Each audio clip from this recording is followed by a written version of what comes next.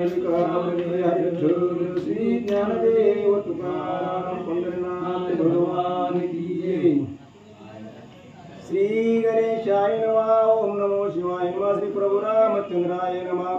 श्री सरस्वती नमः। श्री कुलदेवताय नमः। श्री देवे नमः। गणपते बुद्धिदायका सकळ विद्यांच्या नायका नमस्कार तुझ एका करीती आरंभी सर्वई त्रिपुराचे वदा लागून शिवे केले तुझे ध्यान करावया बलिवंदन वामन ध्याता झाला।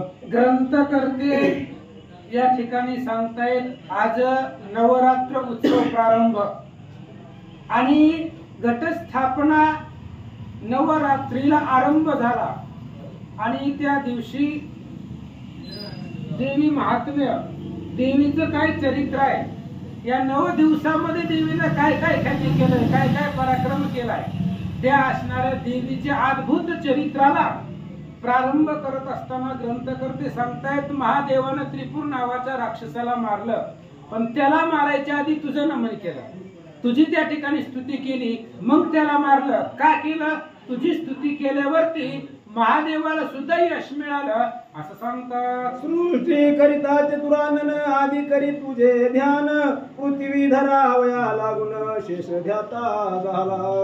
आणि ब्रह्मदेवाने सृष्टी निर्माण केली आणि सृष्टी निर्माण करायच्या आधी ब्रह्मदेवाने सुद्धा तुझं ध्यान केलं तुझी स्तुती केली आणि शेषाच्या मस्तकावरती पृथ्वी आहे त्या शेषाला पृथ्वीचं वजन सहन व्हावं त्याला ताकद मिळावं आणि त्या शक्तीसाठी तुझ्या शक्ती स्वरूप देवीची आराधना शेषानं केले। महिषासुराच्या वधाप्रती तुझं ध्याती झाली पार्वती मुक्ती करणे निश्चिती सिद्ध आधी की द्यायले आणि त्यावेळेस त्यांनी सांगितलं असं असणारा तू भगवान परमात्मा आहे त्या असणाऱ्या देवीचं त्या ठिकाणी महिषासुराला मारलं पार्वतीनं आदिशक्तीनं महिषासुराला मारलं महिषासुराला मारत असताना सुद्धा तुझं स्तवन केलं मग महिषासुराला मारलं एवढी तू प्रख्यात जगदंबा आहे ग्रंथकर्ते सांगतात। विश्वाच्या जया लागून मदन तुझे करी ध्यान त्या तुझं सटांग नमन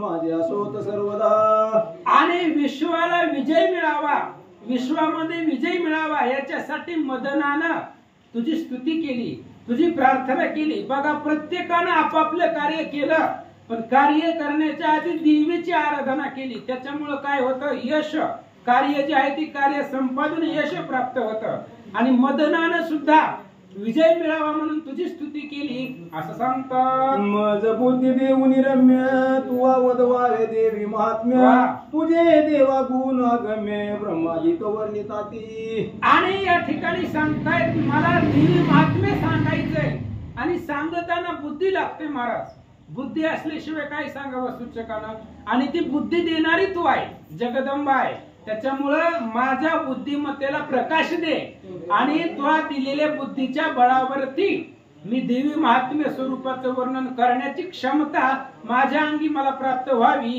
ग्रंथकर्ते सांगतात। नमो शारदे ब्रह्मनंदिनी तू सर्व विद्यांची स्वामिनी आणि ब्रह्मादिकांची जननी प्रणव रूपिणी तुझं नमो तू ब्रह्मनंदिनी आहे शारदा आहे अनेक नाव आहेत महाराज देवीला सर्व विद्यांची स्वामिनी सगळ्या विद्यांची स्वामिनी देवी आहे सरस्वती आहे माता भगवती आहे आणि ब्रह्मदिकांची जननी आहे ब्रह्मदिक देवांना जिने निर्माण केलं ती जगदंबा आहे आणि त्या देवीला माझा नमस्कार असो। तू मुखाशी करीसी वाचाळ पंगुशी लंगविशी याचळ आईची तुझी कृपा सबळ महाविष्णू तुझं नमो आणि तुझी कृपा झाल्यानंतर काय होत नाही मुखम करोती वाचालम पंगुम लंगयते गिरियत कृपा तमहम वंदे परमानंदे माधवम अशा पद्धतीने मुक्याला वाचा देणारी पांगळ्याला पर्वत चढायला लावण्याची शक्ती देणारी म्हणजे तू जर ठरवलं तर अशक्य गोष्टी सुद्धा शक्य होतात अशा पद्धतीने महाविष्णू नाव आहे तुला त्या महाविष्णू देवीला नमस्कार असो। ब्रह्ममुखी सरस्वती तू स्थापिली निश्चिती तेव्हा ब्रह्मवेदा प्रती उच्चारित झाला अहो ब्रह्मदेवाच्या मुखामधून ब्रह्मदेवाने वेद बोलला पण वेद बोलत असताना ब्रह्मदेवाच्या जिभेवरती सरस्वती बसले आणि त्या सरस्वतीच्या प्रभावानं ब्रह्मदेवानं वेदाचं उच्चारण केलं असं सांगतात. शिव सूर्य शक्ती गणपती विष्णू तूच झाला निश्चिती, तुझी पंचायतन आकृती तुझे लागी नमनासो. अहो जगामध्ये जेवढे आहे, शिव आहे, सूर्य आहे, शक्ती आहे, गणपती आहे, विष्णू भगवान परमात्मा आहे, सगळे तूच आहे. सगळं तूच जगदंबा आहे, आदिशक्ती आहे. तुझी आकृती आहे. ही 5 देव जे आहेत, शिव सूर्य शक्ती गणपती विष्णू, ही पंचायतन तू आहे असं सांगतात. श्री दत्त वसिष्ठ वाल्मिक व्यास नारद शुक अधिक, पंचायतन भक्त अनेक यासी नमन सर्वदा. आता जगामधले जे भक्त आहेत, 5 भक्त आहेत, श्री दत्त वशिष्ठ वाल्मिक व्यास नारद शुकाधिक, अशा पद्धतीने सर्व भक्तांना माझा नमस्कार असो. आशेचा हा ग्रंथ गान त्या देवीची करुणी नमन, करिताची ग्रंथ आरंभन प्रेम भावे करुणी. असं म्हणजे ज्या देवीचा हा ग्रंथ आहे, ज्या ग्रंथामध्ये देवीचं वर्णन आहे, त्या देवीला माझं नमन असावं. ग्रंथाच्या आरंभीला त्या देवीचं नमन करो म्हणतात. श्रोतियाची नमस्कार माझा असो निरंतर, सर्वत्री होऊनी सादर नियमते पूर्ण करावे. आता श्रोते माई बाप आहेत मला. श्रोते असल्यावर तुम्ही जर आलीच नाही, आम्ही कुणाला सांगायचं भिकाराला? श्रोते असल्याशिवाय वक्त्याला त्या ठिकाणी पूर्णत्वपणा सामर्थ्यपणा येत नाही. म्हणून आधी श्रोतेला नमस्कार. तुम्ही हजर झाले, तुम्ही उपस्थित झाला आणि त्या श्रोत्याला नमस्कार करून कथेला सुरुवात करू. द्वापारी नेहमीचे अरण्य जाण, मूर्त सांगे शौनका लागून, सहस्र वर्ष सत्र करून ऋषी सर्वही ऐकताती. आणि द्वापार युगामधली कथा आहे महाराज. देवीचं महात्म्य पुरातन आहे. द्वापार युगामध्ये नैमिष अरण्य आहे आणि त्या नैमिष अरण्यामध्ये सूत नावाचे असणारे ऋषी शौनकांना सांगतायत. त्यांनी 1000 वर्ष त्या ठिकाणी सर्वही ऋषी बसून त्या ठिकाणी सांगू लागले, ऐका. निर्विघ्न व्हावे म्हणून आदिव्याधी व्हावे मरण, मूर्तिमंत काळ मृत्यू यश करून वैसविला ऐकावया. अहो इथं त्या ठिकाणी काय केलं जगदंबेनं? ही सत्ता जगदंबेच्या हातामध्ये आहे. तिनं या कथेमध्ये कुणाला मरण येऊ नये म्हणून, आणि कथेमध्ये मरण येत नसतं महाराज. देवीने जगदंबेने काय केलं होतं? काळाला पुढे आणून बसवलं. जगाला मारणारा जो काळ आहे त्या काळालाच पुढे श्रोता म्हणून बसवलं. काळच इथं येऊन बसल्यावर तो मारणार आहे कुणाला? त्याच्यामुळं काळाला पुढे ऐकायला बसवलं. काळ आपल्या अधीन केला आणि मग पुन्हा या कथेमध्ये कोणालाही मरण येऊ नये, कोणतंही विघ्न येऊ नये, आधी व्याधी श्रोत्यांना येऊ नये म्हणून जो काळ नियंत आहे त्या काळालाच मूर्तिमंत बसवला असं सांगतात. ऋग्वेदू सामर्थवन याच वेदांचे तात्पर्य जाण, त्यांच्या ठाई परम निपुण शौनकाधिक सर्वही. आणि त्या ठिकाणी सांगितलं आता 4 वेद आहे. ऋग्वेद आहे, समर्थवन आहे आणि अशा पद्धतीचे 4 वेद त्या शौनक नावाच्या अंगामध्ये प्रवीण होते. एवढा श्रोता तो असणारा सांगणारा प्रवीण होता. आयुर्वेद, धनुर्वेद, ज्योतिर्वेद, गंधर्व वेद हे 4 उपवेद प्रसिद्ध याचे जाणते ते सर्वही. आणि ते ऋषी बसलेले होते महाराज. अत्यंत ज्ञानी ऋषी होते. 4 वेदांचं ज्ञान होतं. 4 वेदाचे उपवेद 4 आहेत. आयुर्वेद आहे, धनुर्वेद आहे, ज्योतिर्वेद आणि गंधर्व वेद. अशा पद्धतीचे 4 उपवेद ते सुद्धा त्या ऋषींना ज्ञान होते. वेदांत न्याय मीमांसा का तर्क न्यायिक चावार्क ही 6 शास्त्रे मुख्य याचे ज्ञाते ते सर्वही. पुन्हा त्या ठिकाणी 6 शास्त्रे सांगितली. वेदांत, न्याय, मीमांसा, तर्क, नैयायिक, चार्वाक ही 6 शास्त्र आहेत. आणि 6 शास्त्रामध्ये प्रवीण असणारे ते ऋषी होते असं सांगतात. व्याकरण, सांख्य, योग, देखा, शिल्प, सुप, काम, कोक, वैदिक, पतंजली, धर्मक उपशास्त्रे जाणावी. त्या 6 शास्त्रे सांगितले. त्या 6 शास्त्राचे 6 शास्त्र आहेत. कोणते कोणते? व्याकरण, सांख्य, योग, शिल्प, सुप, काम, कोक, वैदिक, पतंजली ही 6 उपशास्त्र आहेत. आणि सगळं त्या ऋषीला माहिती होतं असं सांगतात. वेदशास्त्री परम कुशळ शौनकादी ब्राह्मण सकळ, सूत भाष्य करते केवळ ऐसे सर्वही मिळाले. वेदशास्त्रामध्ये प्रवीण होते ते शौनकादिक जे ऋषी होते तिथं बसलेले सगळे वेदशास्त्रामध्ये पारंगत होते, भाष्य सूत्र भाष्य करते होते असं सांगतात. ते सुतासी करीती प्रश्न तू व्यासांचा शिष्य जाण, व्यासे सर्व पुराणे करून तुझ लागी उपदेशिली. आणि शौनकाधिक ऋषी सूताला विचारू लागले. सूत हे व्यासांचे शिष्य आहे आणि व्यासाला भविष्य सुद्धा माहिती होतं महाराज. 18 पुराणाचं ज्ञान व्यासांना आहे.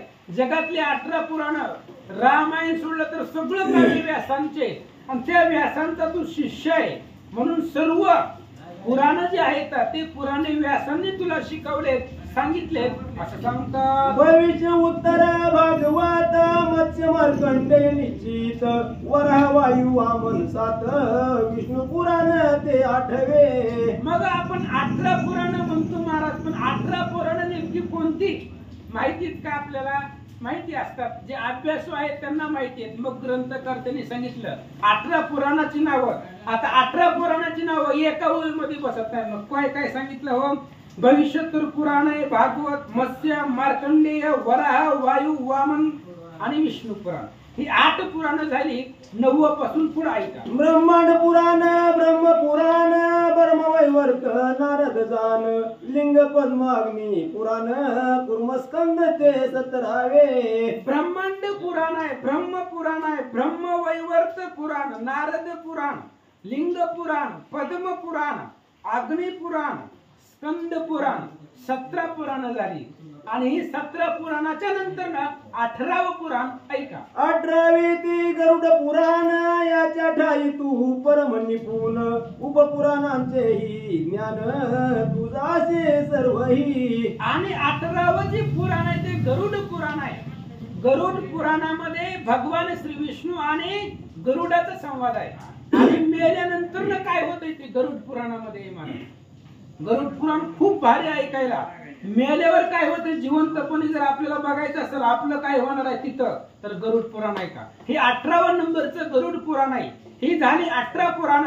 आता याची उपपुराण ऐका. शिव नरसिंह सनत कुमार, भार्गव वसिष्ठ महेश्वर, सौर नारदीय पराशर, दुर्वास कपिल करावे. आता ही 18 पुराणाची उपपुराण सांगितली महाराज. कोणते कोणते आहेत? शिव, नरसिंह, सनत कुमार, भार्गव वशिष्ठ, सौर नारदीय पराशर, दुर्वास कपिल. 11 पुराण झाली ऐका. औषणच मान वारुण, सांब नंदी आदित्य जान, तुलसी गणेश देवी पुराण, कालिका पुराण 21वे. पुन्हा औषासन, मानव, वारुण, सांब, नदी, आदित्य, तुलसी, गणेश आणि देवी पुराण. त्याच्यानंतर ना कालिका पुराण. 21 पुराण झाले ऐका. देवी भागवत रेणुका जाना 23वे उपपुराण, याच्या ठाई तू परम निपुण, व्यास कृपे करुणिया. शौनकाधिक सूत ऋषींना बोलतायत. ही का सांगायला लागले? ही सगळं तुला माहित आहे. वक्ता हुशार पाहिजे महाराज. श्रोत्यानं कोणताही प्रश्न विचारला वक्त्याला उत्तर देता आलं पाहिजे. आणि तू एवढा हुशार आहे, तुला सगळंच माहिती आहे. देवी भागवत पुराण आहे, रेणुका पुराण आहे आणि अशा पद्धतीचे 23 उपपुराण. ह्या उपपुराणाचं सुद्धा ज्ञान तुझ्या अंतःकरणामध्ये आहे असं सांगतात. व्यासांच्या आज्ञे करून तू सांगता झालासी पुराण, आम्ही तुझ्या मुखे श्रवण केले बहुत ग्रंथांचे. आणि व्यासांच्या आज्ञेनं, कारण तू व्यासांचा शिष्य आहे आणि गुरु आपल्या शिष्याला पारंगत करत असतो. त्याच्यामुळं व्यास महाराजांनी तुला सगळे पुराण सांगितलेत, अद्भुत ज्ञान दिले आणि त्याच्यामुळं आम्हाला सुद्धा अद्भुत ज्ञान प्राप्त झालेलं आहे. आणि व्यासांच्या कृपेनं आम्हाला एक देवी महात्म्य या असणाऱ्या पुराणाची माहिती सांगा.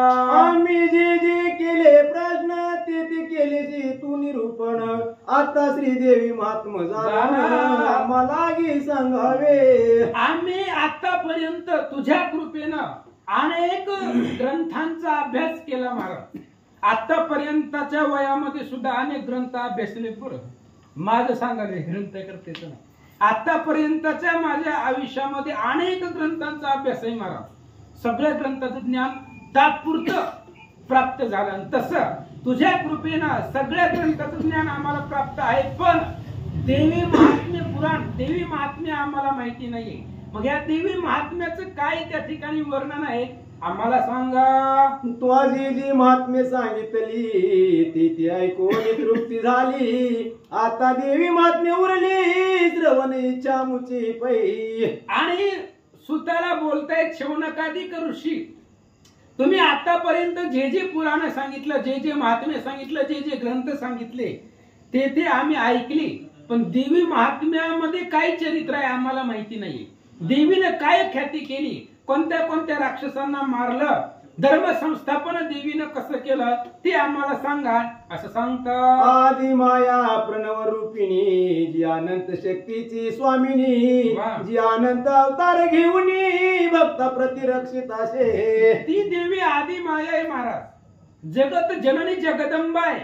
आणि त्या आदि मायेनं अनंत शक्तीची ती स्वामिनी आहे. आणि त्या जगदंबेनं पृथ्वी तलावरती अवतार घेऊन भक्तांचं कसं संरक्षण केलं आम्हाला सांगा. श्री विष्णूच्या देहापासून महाकाली अवतार घेऊन मधुकैटभ दैत्य मर्दन विष्णू हस्ते करविले.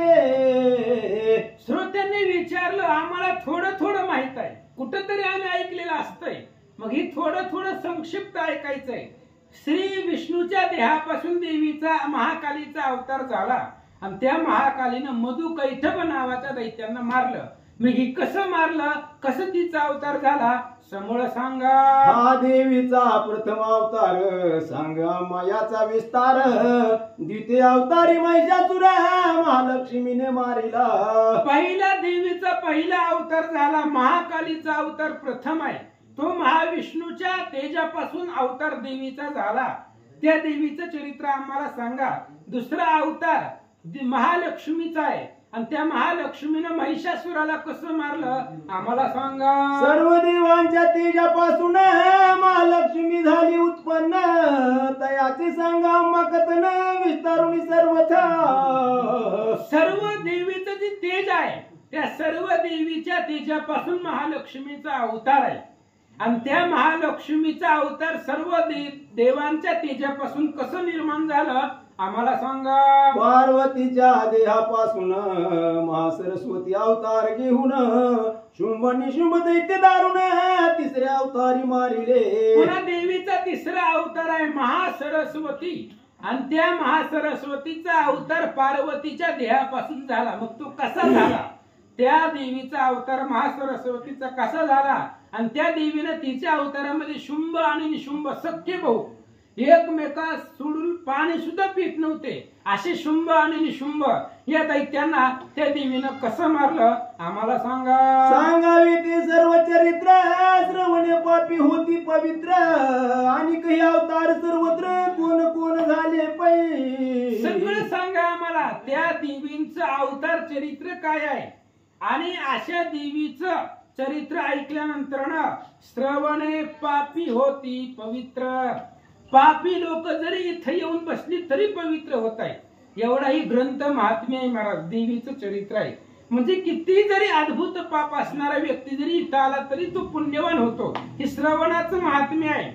आणि अशा पद्धतीचे देवीचे अवतार आम्हाला सांगा. त्या सर्व अवतारांचे कथन आम्हालाही करावे जाण. तुझा असे त्रिकाळ ज्ञान व्यास प्रसाद करून या. आणि त्या देवीच्या सगळ्या अवतारांचं कथन आम्हाला सांगा. कारण तुम्हाला अद्भुत ज्ञान प्राप्त आहे. तुम्हाला सगळं माहित आहे. व्यास शिष्य आहेत तुम्ही. त्याच्यामुळं व्यासाच्या कृपेपासून तुम्हाला सगळं माहिती आहे, ज्ञान आहे. आम्हाला देवीचं चरित्र संक्षिप्त सांगा. ऐकून शौनकादिकांच्या बोला सुत मनाची आनंदला. मग वर्णन करिता झाला देव महिमा पार.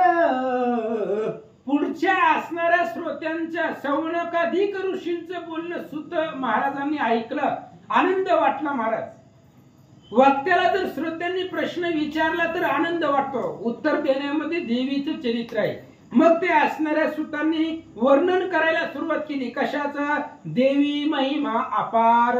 देवीचा महिमा किती आहे त्याचं वर्णन करायला सुरुवात केली. सूत म्हणे शौनकादिकासी तुम्ही जैसे पुशिले वामासी. तैसेच मिळून सर्व ऋषी पूर्वी मार्कंडेयाशी प्रश्न केला. आणि सूत शौनकादिक ऋषींना सांगू लागले आज तुम्ही मला जे विचारलंय, आज तुम्ही मला जो प्रश्न विचारलाय तोच प्रश्न पाठीमाग सर्व ऋषींनी मिळून मार्कंडेय नावाचे ऋषी होते आणि त्या मार्कंडेयांना हाच प्रश्न विचारला होता. ऐका, मार्कंडे झाला सांगता ही मार्कंडे पुराणी कथा, बदरायण झाला वर्णिता तैसेची तुम्हा सांगतो. आणि सगळ्या ऋषींनी मिळून मार्कंडेय ऋषींना विचारलं, ते मार्कंडेय पुराण तयार झालं आणि मार्कंडेय पुराणामधली कथा त्या मार्कंडेय ऋषींनी त्या ऋषींना जी सांगितलं तीच तुम्हाला सांगतो. ऐका, हे देवी महात्म्य पवित्र सप्तशती महास्तोत्र 700 मुख्य महामंत्र वेद व्यास बोलिला.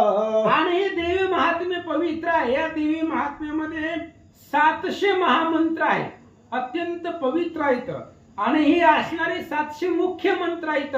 व्यास महाराजांना त्या मंत्राचं वर्णन केलेलं आहे. असं सांगतात, 700 मंत्रांचा विस्तार याचा महिमा से थोर, वर्णन करीता अंत पार ब्रह्मादिकाशी कळेना. याला सप्तशती म्हणतायत. या ग्रंथाला देवी महात्म्यही म्हणतात, सप्तशतीही म्हणतात आणि याच्यामध्ये 700 मंत्राचा उल्लेख आहे जो व्यासांनी केलेला आहे आणि त्या मंत्राचा पार ब्रह्मादिक देवांना सुद्धा कळत नाही. असं सांगतात, या देवी महात्म्याचे पठण जो विश्वास धरून करील पूर्ण, सर्व पुरुषार्थ त्याला गुण प्राप्त होती निश्चयशी. आणि व्यास महाराजांचं असं म्हणणं आहे, महाराज या देवी महात्म्याचं जो पठण करेल, वाचेल, ऐकेल, त्याचं जी काही कामना आहेत त्या पूर्ण होतात आणि तो पुरुषार्थ त्याला प्राप्त होतो. धर्म अर्थ काम मोक्ष ही 4 पुरुषार्थ त्या व्यक्तीला प्राप्त होतात. एवढं ताकद, एवढं महात्म्य या देवी महात्म्य ग्रंथाचं आहे. जो जो काम धरी मनी तो प्राप्त होई जनी, निष्कामी जो त्यासी भवानी मोक्ष पदा देत असे. अहो, हा ग्रंथ कशासाठी ऐकायचा? जो जो काम धरी मनी, जो जो तुमच्या मनामध्ये कोणतीही कामना असू द्या, तुमच्या मनामध्ये कोणतीही इच्छा असू द्या, ती जगदंबा पूर्ण करते. जगदंबेला सगळी तुमच्या परिवाराची काळजी आहे, त्याच्यामुळे ती तुमच्या मनातल्या सगळ्या इच्छा पूर्ण करणार आणि त्या इच्छा पूर्ततेसाठी हा ग्रंथ ऐका. कृष्ण चतुर्दशीच्या दिवशी अथवा कृष्णाष्टमीशी अथवा नवरात्री विशेषी फळ अपार पठणाचे. आणि देवी महात्म्य कधीही वाचत बसण्यापेक्षा काही मुहूर्त आहेत. कोणते सांगितले? कृष्ण चतुर्दशी किंवा कृष्ण अष्टमी, त्यालाच आपण जन्माष्टमी म्हणतो, भगवान श्रीकृष्णाची. त्या दिवशी हा ग्रंथ वाचला तर पुण्य प्राप्त होतं आणि या दिवशी नाही वाचता आलं तर नवरात्री सांगितलं. आजपासून ज्या नवरात्रीला प्रारंभ होतोय त्या नवरात्रीमध्ये जर तुम्ही ग्रंथ वाचन केला तर याचं फळ तुम्हाला लवकर प्राप्त होतं. असं सांगतात, नित्य याचे पठण करिता देवी श्रवण करी तत्वता, ऐशी वेदांची एक वाक्यता वदली असे पुराणी. अहो, तुम्ही या नवरात्रीमध्ये जर या ग्रंथाचं वाचन केलं तर पुढे ऐकायला देवी येऊन बसते. व्यासांचं म्हणणं आहे देवी तुमच्यापाशी येऊन बसते पण तुमच्या लक्षात येत नाही. देवी आहे म्हणून काळ येत नाही. मग अशी जी सांगितलं ना, इथं मरण येत नाही कारण देवी समोर आहे आणि देवी असल्यावर मरण येण्याची काय ताकद आहे. म्हणून देवी तुमच्या शेजारी समोर बसते आणि देवी महात्म्य जी तुम्ही वाचताय ती देवी स्वतः ऐकत आहे, असं व्यासांचं म्हणणं आहे. आसो मार्कंडे आसी सम्यक ब्रह्म सांगता झाला देख, कवचार कला स्तुती किलक अनुक्रमे पठन करा. आणि पूर्वी ऋषींनी मार्कंडेयांना विचारलं होतं की देवी महात्म्याचं काय वर्णन आहे आम्हाला सांगा. त्यांनी सांगितलं की कवच, अर्गला आणि किलक अशा पद्धतीने देवीची 3 मंत्र आणि या 3 मंत्राला अपार महात्म्य दिलेलं आहे. ऐका, या तिन्हीचे पठन करून मग महास्तोत्र करावे पठन, सोया तो ब्राह्मण द्वारा जाण पठन याचे करावे. ही 3 मंत्र सांगितलेले आहेत, व्यास महाराजांच्या मुखातून बाहेर पडलेले मंत्र आणि या मंत्राचे पठन आपण करावं. आता आपल्याला संस्कृत येत नाही, महाराज मंत्र म्हणायला येत नाही, तर एखाद्या ब्राह्मणाला बोलवून त्याच्या मुखामधून या मंत्राचं उच्चारण करा असं सांगतात. निष्काम भावार्थ करून पठन करिता देवी होतासे प्रसन्न, याचे अशुद्ध अनुक्रमण परिसंतुष्ट देवता. आणि त्यांनी सांगितलं महाराज निष्काम भावार्थानं ना तुम्ही जर त्या असणाऱ्या महात्म्याचं पठण केलं तर देवी प्रसन्न होते. आणि अशुद्ध जरी समजा तुमच्याकडून एखादा अक्षर चुकलं, काना मात्र चुकला, पण तुमचं जर निष्काम भावना असेल तर देवी सुद्धा प्रसन्न होते. तुमची जर भावना निष्काम असेल आणि तुमच्यातून चुकीचं जरी वाचलं गेलं तरी पण भावना जर निष्काम असेल तर देवीची कृपा त्याच्यावरती होते असं सांगतात. जो शुद्ध पठन करिता परिभावार्थ नाही चित्तात, त्याचे सर्व व्यर्थ जात देवता शोभे त्यावरी. काय सांगितलं महाराज? अहो या ठिकाणी सांगताय तुमचं अक्षर चुकू द्या, वाचताना बिंदास चुकू द्या, पण तुमचा भावार्थ असेल तर ती चुकलेलं सुद्धा देवीला आवडतं. अहो लेकरू असतं आणि लेकरू अभ्यास करताना चुकीचं वाचू द्या, आईला आनंद वाटतो. तसं तुम्ही चुकीचं जरी वाचन केलं तरी देवीला आनंद वाटतो. पण एकदम शास्त्र शुद्ध पद्धतीने वाचलं, एकही अक्षर न चुकता, पण जर भावार्थ नसेल, त्याच्यामध्ये जर प्रेम नसेल तर देवी त्याच्यावरती रागवते. बघा तुम्ही किती शुद्ध वाचा, एक अक्षर न चुकता, पण तुमचं प्रेमच नसेल तर देवीचा क्षोभ होतो. आणि प्रेम भावार्थानं अशुद्ध वाचा तरी देवी प्रसन्न होते असं सांगतात. हरिहर ब्रह्मादि देवतीनी कवच रचिते झाले जनी, ज्यांच्या पठण मात्रे करुणी साधती सर्व पुरुषार्थ. ही जी काय देवी कवच आहे, ही कवच निर्माण केलंय हरिहरांनी केलंय. ब्रह्मा विष्णू महादेव आणि त्या ठिकाणी शंकरजी महादेव आणि ब्रह्मा त्या ठिकाणी ही कवच निर्माण केलेलं आहे. आणि कवच वाचक सांगणाऱ्याला संरक्षण आहे, त्याच्यामुळे त्याला सगळ्या सिद्धी प्राप्त होतील असं सांगतात. जो पठन करियार गळा स्तुती, त्याची प्रसन्न होय भागवती. सातसे वर्णिचिती भक्ता कारणे अर्पित असे. आणि जो कोणी त्या ठिकाणी अर्गला स्तुती, त्या ठिकाणी प्रसन्न वाचन करेल, त्याचं पठण करेल, त्याला भगवती देवी प्रसन्न होत आहे. आणि 700 वर त्या असणाऱ्या वाचकाला प्राप्त होतात. ऐका महादेव कृत किलक, जो पठन करी आवश्यक, त्यासी सर्व मंत्र यंत्राधिक नायासे साधती. महादेवाने किलक तयार केलंय. हे तिन्ही मूर्तींनी कवच तयार केलेले मंत्र आहे. आणि किलक नावाचा जो मंत्र आहे तो महादेव कृत आहे. आणि त्या मंत्राचं पठण जर केलं तर सगळे असणारे जे काही मंत्र आहेत अनायासे त्याला प्राप्त होतात असं सांगतात. कवचार गला किलक, मार्कंडे जपुनी सम्यक, 14 कल्पायुष्यधिक होत झाले तयासी. आणि कवच, अर्गला, स्तुती आणि किलक ही 3 मंत्र आहेत. कवच, अर्गला आणि किलक.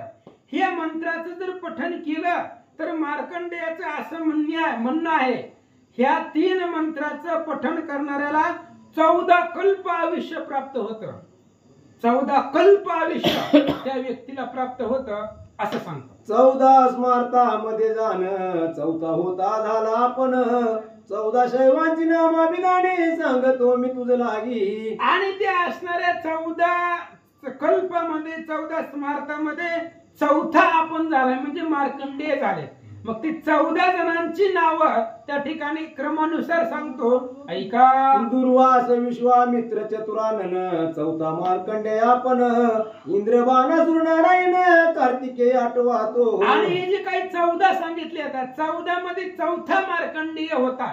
मग ही 14 जणांची नावं कोण कोण 14 जण आहेत तर त्या ठिकाणी दुर्वास, विश्वामित्र, चतुरानन, 4था मार्कंडेय आहे. इंद्र, बाणासुर, नारायण, कार्तिकीय 8 झाले. ऐका. दधीची, राम, कण्व, भार्गव, बृहस्पती, गौतम हे सर्व 14 स्मार्ताची ही नाव तुझ लागी सांगितली. आणि 14 स्मार्त आहेत. अत्यंत पवित्र ही 14 लोक आहेत, 14 जण आहेत.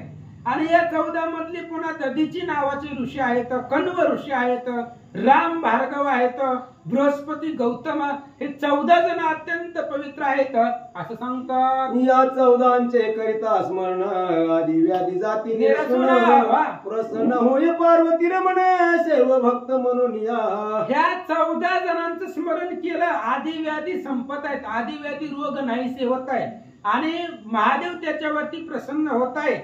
आणि शैव भक्त, महादेवाचे भक्त म्हणून त्याला महादेवजी प्रसन्न होतात. सूत म्हणे शौनक अधिकाशी, तो मार्कंडे सांगे धर्मासी. आणि म्हणे सर्व ऋषीची एकाग्र चित्ते श्रवण करावे. आता ही नैमिष अरण्यामध्ये बसलेले ऋषी लोक, शौनकाधिक ऋषी सुताला विचारतायत, मार्कंडेय ऋषी धर्मराजाला सांगतायत आणि सर्व ऋषींना सांगू लागले. आता हे देवी महात्म्य पुराणाची कथा ऐका. देवीच्या अवताराचे कारण सांगतो मी तुम्हाला गुण, तुम्ही एकाग्रचित्त करून श्रवण आता करावे. आता देवीच्या अवताराचे कथन सांगतो.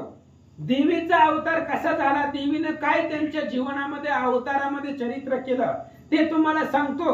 पण तुम्ही एकाग्र चित्त करून सगळे लक्ष देऊन ऐका. ब्रह्मा विष्णू महेश्वर तिघे देवीचे पुत्र साचार, तिघासी पडता संकट थोर देवी अवतार घेत असे. ब्रह्मा विष्णू महेश ही जगदंबेने निर्माण केलेले आहेत महाराज. जगत जननी अंबा आहे, जी हरिहराती स्वयंबा उत्पन्न करीती झाली.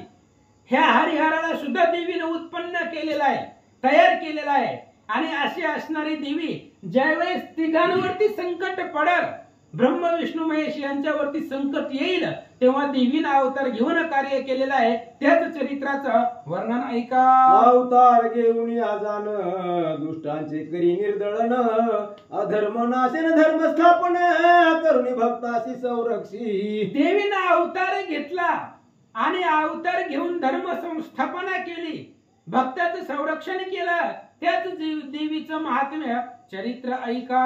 याच विषयी पुरातन इतिहास सांगतो जाण, सावर्णी म्हणून तो सूर्यनंदन 14 मध्ये आठवातो. आणि मगाशी जी 14 त्या ठिकाणी सांगितली, त्या 14 मध्ये 8 नंबरचा एक ठिकाणी त्या ठिकाणी होता सावर्ण नावाचा मनू.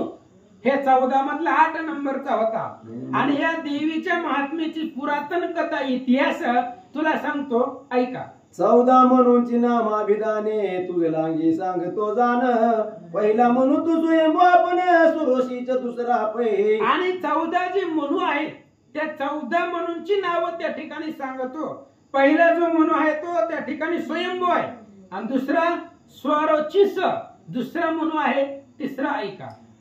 उत्तम तामस रैवत चाक्षुष आणि वैवस्वत, ही सप्त मन्वंतरी निश्चित सावर्णी तो आठवा पै. दक्ष सावर्णी, ब्रह्म सावर्णी, धर्म सावर्णी, रुद्र सावर्णी, दैव सावर्णी, इंद्र सावर्णी, हे 14 मनू अनुक्रमे. अशा पद्धतीने 14 मनू आहेत. नाव त्यांनी सांगितली, फास्ट वाचून गेले. काय सांगावं, अद्भुत वेगवेगळे नाव आहेत त्यांची. 14 मनूंची नावं सांगितली. आता यांचं चरित्र किंवा काय कथा झाली ऐका. या ब्रह्मा कल्पा माझारी 14 मनू अवधारी, 71 चौकड्यावरी राज्य एक एकांचे. आणि जे काही 14 मनू होते, ब्रह्मांड कल्पामध्ये 14 मनूंचं राज्य होतं, आणि 71 चौकड्या एक एकाचं राज्य होतं. हे 14 मनू जे होते, रावणाचं फक्त 14 चौकड्या राज्य होतं. यांचं 71 चौकड्या एका एका मनूचं राज्य होतं. अशा पद्धतीने सांगतात. सावर्णी म्हणू तो अष्टम सांगतो त्याचे जन्म कर्म, देवीचा प्रसाद उत्तम होता झाला त्यावरी. ही 14 मनू जी सांगितली त्यामध्ये 8 नंबरचा मनू सावर्णी, त्याचं नाव आहे. तो सूर्याचा मुलगा झाला. आणि त्या सावर्णी मनूचं चरित्र, त्याला देवीचा प्रसाद, देवी त्याला प्रसन्न झाली. कशी झाली त्याचं जन्म कथन पाठीमागचं थोडस सांगतो ऐका. महामायेचा प्रभाव त्याने मनू झाला स्वयंराव, मन्वंतरादी पैव वैभव होते झाले तयासी. आणि महामायेचा प्रभाव आहे. माया दुर्धर आहे, माया कोणाला सोडित नाही. आणि त्या मायेच्या प्रभावानं तो मनूचा राजा झाला पृथ्वी तलावरती. जो मनू ज्या मनूकडे स्वसत्ता होती तो एकदा राजा झाला. कशामुळं? महामायेच्या प्रभावानं तो राजा झाला. आणि त्याचं त्या ठिकाणी चरित्र ऐका. देवीच्या प्रसादे करुणी सूर्यपुत्र झाला सावर्णी, ध्रुवाईचे राज्य पावणी चिरंजीव झाला तो. देवीच्या प्रसादानं सूर्यपुत्र सावर्णी नावाचा असणारा जो राजा आहे तो राजा झाला. सावर्णी नावाचा मनू तो राजा झाला. आणि ध्रुवासारखं आढळ पद राज्य त्याला प्राप्त झालं. पुढे त्याच्या जीवनामध्ये काय झालं ऐका. महाप्रलय नाशवंत ब्रह्मसृष्टी होती जात, पैसावर्णी म्हणून तो निश्चित राज्य तयाचे अक्षयी. आणि तो सावर्णी नावाचा जो मनू होता, राजा झालेला होता, त्याचं राज्य अक्षय होतं. पृथ्वीचे प्रलय होतात, पृथ्वीचा नाश होतो, महाप्रलय येतो, अनेक प्रलय सांगितलेले. हे सगळे प्रलय होऊन गेले तरी त्याचं राज्य अक्षय होत असं सांगतात. त्याच्या पूर्वजन्मीचे कथन सांगतो मी तुम्हाला गुण, तुम्ही एकाग्रचित्त करून सविस्तर श्रवण करावे. आणि त्याच्या पूर्वजन्मीचं कथन मी तुम्हाला सांगतो. पूर्वजन्मीचं कथन तुम्हाला सांगत असताना त्या ठिकाणी त्या देवीचं चरित्र ते असणारे तुम्हाला सांगतो, लक्ष देऊन ऐका. पूर्वी स्वरोषीचे मन्वंतरी तयाचे वंशा माझारी, राजा झाला पृथ्वीवरी सुरत नाम तयाचे. आणि स्वरांची मन्वंतरी म्हणू त्याच्या वंशामध्ये पृथ्वी तलावरती एक राजा झाला आणि त्या राजाचं नाव सुरत होतं. आणि त्या सुरत राजा त्या ठिकाणी झाला. त्या राजाचं चरित्र ऐका. 50 कोटी विस्तीर्ण मही त्याचे राज्य असे सर्वही, पुत्राचे परिपाही पालन करीतो प्रजेचे. आणि अशा पद्धतीने तो राजा 50 कोटी त्याचं त्या ठिकाणी आयुष्य होतं. त्याला अनेक पद्धतीने पृथ्वी तलावरती त्याचं राज्य होतं. पुत्र पौत्र सगळं त्याला होतं. प्रजेचं तो पालन करत होता असं सांगतात. तो राज्य करिता असता जाण, शत्रू झाले तयासी निर्माण, क्षत्रिय राक्षसांनी यवन युद्ध दारुण मांडले पै. आणि तो राजा झाला, त्याला राज्य मिळालं, संपत्ती मिळाली, पुत्र पौत्र मिळाला, त्याला त्या ठिकाणी असणारे राज्यही प्राप्त झालं. पण राज्य प्राप्त झाल्यामुळं त्याला शत्रूही त्या ठिकाणी प्राप्त झाले. आणि काय झालं पुढं? सुरत राजा युद्ध करीतो परिचय झाला नाही प्राप्त, शत्रू सर्वही बळवंत उपाय ते चाले ना. आणि त्या सुरत राजाला त्या ठिकाणी राज्य करत असताना शत्रू प्राप्त झाले आणि शत्रूंनी त्याचं राज्य घेतलं. त्याला शत्रूवरती विजय मिळवता येत नव्हता. म्हणून त्या ठिकाणी काय झालं? दंड करुणी शत्रूंनी राजा पळविला समरांगणी, मग तो स्वपुराशी येऊनी राज्य करी स्वदेशाचे. आणि त्या असणाऱ्या सुरथाचं राज्य त्या ठिकाणी घेतलं महाराज. शत्रूंनी घेतलं, विजय मिळवता आला नाही, दुसरं राज्य त्याला सोडवता आलं नाही. तो स्वतःच्या राज्यामध्ये आला आणि स्वतःच्या राज्यामध्ये येऊन आपलं राज्य करू लागला. ते येऊन शत्रू प्रबळ युद्ध करीते झाले तुंबळ, प्रधानासहित राज्य सकळा हिरावून घेतले तयाचे. तिथं राज्य आले, सगळे शत्रू त्या ठिकाणी आले आणि शत्रू येऊन सुद्धा त्या शत्रूने त्या सुरत राजाचं राज्य आपल्या ताब्यात केलं. प्रधानासहित सगळं त्याचं राज्य घेतलं असं सांगतात. सर्व सैन्य स्वाधीन केले, द्रव्य भांडार हिरोनी नेले, मग रायाचे व्यापिले चित्त चिंते करुनिया. आणि राजाला चिंता वाटली महाराज. स्वतःच राज्य गेलं, पुत्र पौत्र संपत्ती गेली, प्रधान गेले, सैन्य गेलं. त्याच्यामुळे राजाला चिंता वाटू लागले. काय करावे कोठे जावे, जनाशी मुख केवी धावावे, मृग ये निमित्त करुणी पळावे, हेचे आता उत्तम पै. राजाने विचार केला महाराज, सुरथ राजाने आपलं राज्य गेलंय, काय करावं आता? लोकांमध्ये कसं तोंड दाखवायचं? राजा होता आपण, शत्रूने राज्य हिरावून घेतलं, आपली ताकद चालली नाही. मग आता मृगयाच्या निमित्तानं वनामध्ये जाऊन राहावं असा विचार सुरत राजा करू लागला. आईचे चिंतुनिया मनी सुरत राजा त्याच क्षणी, एकटा घोड्यावर बैसुनी घोरवणी प्रवेशला. अशा पद्धतीचा विचार केला सुरथ राजानं आणि एकटा घोड्यावरती बसला. घोड्यावरती बसून घोर अशा पद्धतीच्या असणाऱ्या तो वनामध्ये त्यानं प्रवेश केला. येथे वेदा ऋषींचा आश्रम पाहता झाला तो परम, श्वापदे सांडूनी स्वधर्म जेथे शांत वर्तताती. आणि तो वनामध्ये घोड्यावरती बसून फिरू लागलेला होता. आणि त्या वनामध्ये गेल्यावर मेधा नावाचे ऋषी आणि त्या मेधा नावांचे ऋषी तिथं त्यांचा आश्रम पाहिला. धेनु व्याघ्र एकी ठाई वर्तती परिवैर नाही, हंस तारंडव पक्षी सर्वही शब्द करीती मधुर स्वरे. आणि मग त्या असणाऱ्या मेधा ऋषींचा आश्रम, त्यांच्या आश्रमामध्ये गाय आणि वाघ एका ठिकाणी राहत होते. गाय आणि वाघ एका ठिकाणी येत नसतात. पण त्या ऋषींच्या आश्रमामध्ये सुद्धा पक्षी सिद्धांत बोलत, बृहस्पती वेळावला तेथ. एवढं महात्म्य त्या ऋषींच्या आश्रमाचं आहे असं सांगतात. पुष्पे तुळसी बिल्व कमळ वेद घोष करीती सकळ, मुनी शिष्य मिळून केवळ मेधा ऋषी ते उपासिती. त्यांच्या वनात त्या मेधा ऋषीच्या आश्रमामधली फुलं तुळसी हे सुद्धा वेदांचं उच्चारण करत होते. सगळे ऋषी त्या मेधा ऋषीचं त्या ठिकाणी पूजा करत होते, उपासना करत होते. असं सांगतात सुरत राजा तिथी उण साष्टांग करुणिया नमन सांगता झाला वर्तमान मेधा मुनीची सर्वही. आपल्या जीवनामध्ये झालेलं दुःख कुणाला तरी सांगावं लागतं महाराज. अंतःकरणामध्ये ठेवून जमत नाही, कुणापाशी तरी ते सांगावं लागतं तर ते दुःखाचं निवारण होतं. हनुमंत म्हणे रायासी दुःख निवेदावे साधुसी ते तात्काळ उपायासी ते तात्काळ तयासी उपाय ते योजिल. जैमिनी अश्वमेध अध्याय 77 टिटवीची कथा ऐकली त्यावेळेस तर हनुमंतानं सैन्यपाळ राजाला सांगितलं होतं, तुम्हाला झालेलं दुःख साधू संताला सांगा, कुणालाही सांगत बसण्यापेक्षा साधूला सांगा. साधूला सांगितलं की त्याचं ते निवारण करताय. आणि सुरत राजा मेधा ऋषी पशी गेला, नमस्कार केला आणि आपल्या जीवनामधलं दुःख त्या ऋषीला सांगू लागला. मुनीने सत्कार करून राहाविला नृपनंदन परिचिंता क्रांत असे मन श्रमिंड सभोवती. मुनीनं पाहिलं राजा होता, त्याचा सत्कार केला, त्याला बसवलं. बसवल्यानंतर तो आश्रमाच्या भोवती चिंतेमध्ये होता महाराज. राज्य गेलेलं होतं, बायका पोरं सगळे त्या ठिकाणी सोडून आपण परराष्ट्रामध्ये वनामध्ये आलेलो होतो, म्हणून त्या राजाची चिंता ऋषीने ओळखले. फार झाला चिंता तुरा स्नेह व्यापिला पार वडिली पाळले माझे पुरा ते शत्रूनी घेतले. चिंता झाली वाटली महाराज त्याला. का चिंता वाटली? स्नेह होता त्यांच्या अंतःकरणामध्ये, माया होती. त्याने विचार केला वाड वडिलांनी मिळवलेलं राज्य आहे, वाड वडिलांची संपत्ती आहे, इस्टेट आहे, आणि ती एका क्षणामध्ये शत्रू हरवून घेऊन गेले. याचं दुःख त्या राजाला वाटला. प्रधान माझा शूर हस्ती शत्रूनी तो घेतला हस्ती राजस्त्रिया प्रजेची वस्ती कैसी राहिली कळेना. आणि त्यानं विचार करू लागला, आपण वनामध्ये आलोय, आपल्याला राज्यामध्ये जाता येत नाही, लोकांना तोंड दाखवता येत नाही, पण आपला जो प्रधान आहे तो प्रधान सुद्धा शत्रूच्या पक्षामध्ये गेलाय.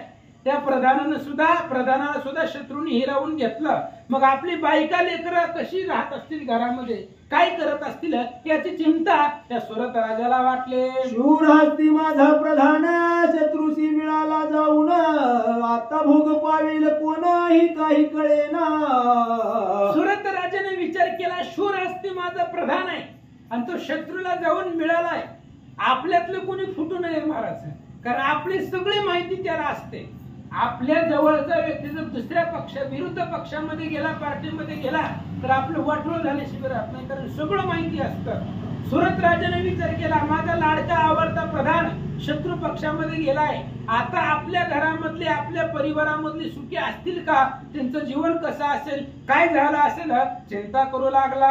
तुझे वडील वडिली पाळिले परम कष्टे संपादिले ते आज शत्रूने घेतले द्रव्य कोश सर्वही. त्याने विचार केला, सुरत राजाने जी वाड वडिलांपासून आपण मिळवलेला आहे, संपत्ती जमा केलेली आहे, द्रव्य कोश द्रव्य भांडार जमा केलेला आहे, ते एकाच क्षणामध्ये आपल्या शत्रूंनी हिरावून घेतलं. काय करावं, एवढं द्रव्य साठा शत्रूंनी गेला, बायका लेकर सगळे त्याच्या ताब्यामध्ये आहे, असा विचार करू लागला. आईशी नाना चिंता करिता तो वैश्य पाही अकस्मात तोही एकटा चिंता क्रांत समाधी नाम तयाचे. अशा पद्धतीने सुरत राजा विचार करत असताना, चिंता करत असताना त्या मेधा ऋषीच्या आश्रमामध्ये एक वैश्य होता, वैश्य वर्ण आहे, त्या वर्णामधला एक व्यक्ती तिथं होता आणि तोही चिंता करत बसलेला. त्यानं पाहिला म्हणता,